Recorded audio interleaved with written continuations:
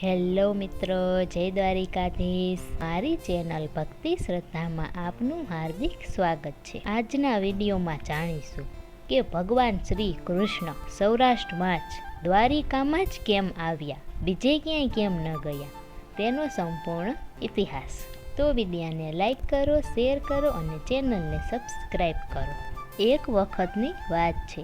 સાંદીપની ઋષિના આશ્રમમાં કૃષ્ણ અને સુદામા બંને આશ્રમમાં સૂતા છે અને ત્યાં સુદામા જાગી જાય છે. તેને કૃષ્ણને જોયા. કૃષ્ણ બંને હાથ ખુલ્લા કરીને સૂતા હતા. તેના વાકડિયા વાળ જોયા અને એ આસન પર કૃષ્ણ સૂતા હતા. ત્યારે સુદામાની આંખમાં આંસુ આવી ગયા અને તે રડવા માંડ્યા. ત્યારે તેના આંસુની બે બૂંદ કૃષ્ણ ભગવાનના હાથમાં પડી. ત્યારે કૃષ્ણ જાગી ગયા. તેને સુદામાને રડતા જોયા અને તેને ભેટી ગયા અને કહ્યું કે મારાથી એવી તે શું ભૂલ થઈ છે? હે બ્રાહ્મણ દેવ, હે મારા મિત્ર, તું આમ રડે છે શા માટે? મારી કંઈ ભૂલ થઈ ગઈ છે? ત્યારે સુદામાએ કહ્યું કે તે મારી સાથે દગો કર્યો છે, તે મારાથી વાત છુપાવી છે. તો કહે કે શું વાત? ત્યારે સુદામા કહે કે મને સાંદીપની ઋષિએ તારી સેવામાં જ રાખ્યો હતો.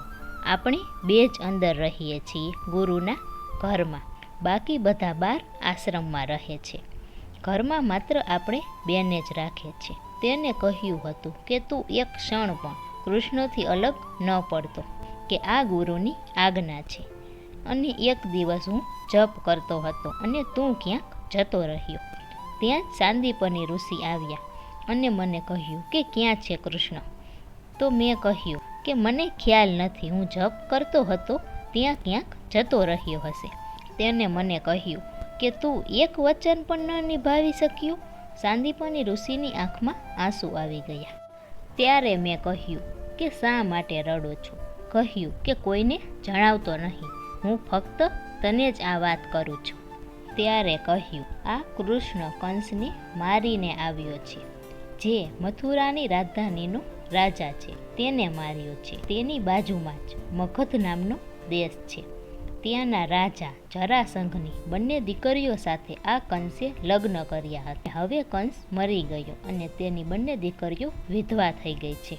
એટલે હવે જરાસંઘે સંકલ્પ કર્યો છે કે કૃષ્ણને નહીં પણ આખા યદુવંશ વિનાની આખી પૃથ્વી કરી નાખીશ. ત્યારે મેં દર્ગાચાર્યને વિનંતી કરી કે આવો બાળક, જેને એક મુષ્ટિકા મારી અને કંસને મારી નાખ્યો, આવી નિર્ભયતા, આવી કુશળતા, આવો જાગૃત કરવાવાળો બાળક, મારે તેને બચાવવો જોઈએ. એને હું લઈ આવ્યો છું, કોઈને ખબર ન પડે એ રીતે. એટલે હું તેને ઉજ્જૈનમાં અવંતીમાં લઈ આવ્યો છું. હું તેને અહીંયા ભણાવીશ, અહીંયા રાખીશ, પણ કોઈ એને શોધી લેશે તો આને મારી નાખશે. આને ક્યાંય લઈ જવાનો નહીં, ઘરમાં જ રાખવાનો. એની નિયુક્તિમાં તને રાખવામાં આવ્યો છે. ઓલો જરાસંઘ 23 અક્ષણી સેના લઈને નીકળ્યો છે, એ મારી નાખશે. આ વાત સુદામાએ કૃષ્ણને કરી અને રડતા રડતા કહ્યું કે હે કૃષ્ણ, તે મને આ વાત ન કરી? તું કેટલો નિર્ભય છે, તું આરામથી સૂતો છે, તારી પાછળ મારવા માટે દોડે છે અને તને ચિંતા નથી? ત્યારે કૃષ્ણએ કહ્યું કે તારા જેવો મિત્ર જેની પાસે હોય એને ચિંતા શેની હોય?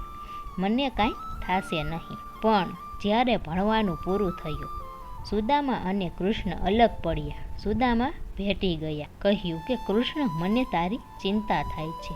તું મથુરા જાશે, તારું શું થશે? જરાસંઘ તને મારી નાખશે. અને સુદામાએ કહ્યું કે તને જ્યારે દુઃખ પડે, તને કોઈ કષ્ટ પડે, ત્યારે મારા સૌરાષ્ટ્રના દરવાજા તારા માટે હંમેશા ખુલ્લા છે. ગમે ત્યારે આવતો રહેજે અમારા સૌરાષ્ટ્રમાં. ત્યાં આનર્ત નામનો એક દેશ છે, તે સમુદ્રની વચ્ચે છે અને આવવા જવા માટે એક જ રસ્તો છે. એટલે તારી સુરક્ષા રહેશે અને દુશ્મન આવતા હોય તો પણ તને દેખાય, એટલે તે તારા માટે સુરક્ષિત છે. એટલે કૃષ્ણ, તું સૌરાષ્ટ્રમાં જ આવતો રહે છે.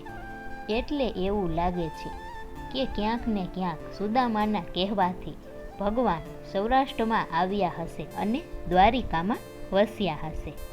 જય દ્વારિકાધીશ.